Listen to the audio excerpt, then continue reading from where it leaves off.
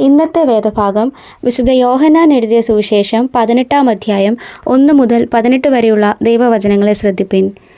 ഇത് പറഞ്ഞിട്ട് യേശു ശിഷ്യന്മാരുമായി കെദ്രോൻ തോട്ടിനക്കരയ്ക്ക് പോയി. അവിടെ ഒരു തോട്ടമുണ്ടായിരുന്നു. അതിൽ അവനും ശിഷ്യന്മാരും കടന്നു. അവിടെ യേശു പലപ്പോഴും ശിഷ്യരോടുകൂടെ പോയിരുന്നതുകൊണ്ട് അവനെ കാണിച്ചു കൊടുത്ത യൂദായും ആ സ്ഥലം അറിഞ്ഞിരുന്നു.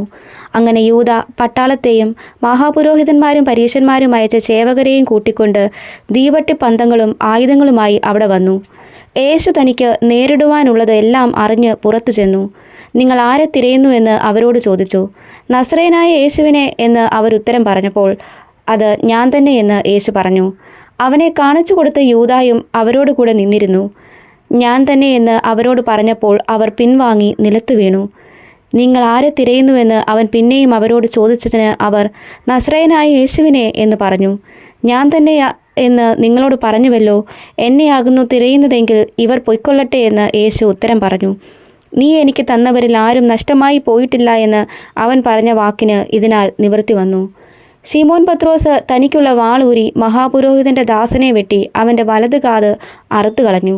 ആ ദാസന് മൽക്കോസ് എന്നു പേർ. യേശു പത്രോസിനോട് വാൾ ഉറയിലിടുക, പിതാവ് എനിക്ക് തന്ന പാനപാത്രം ഞാൻ കുടിക്കേണ്ടയോ എന്ന് പറഞ്ഞു.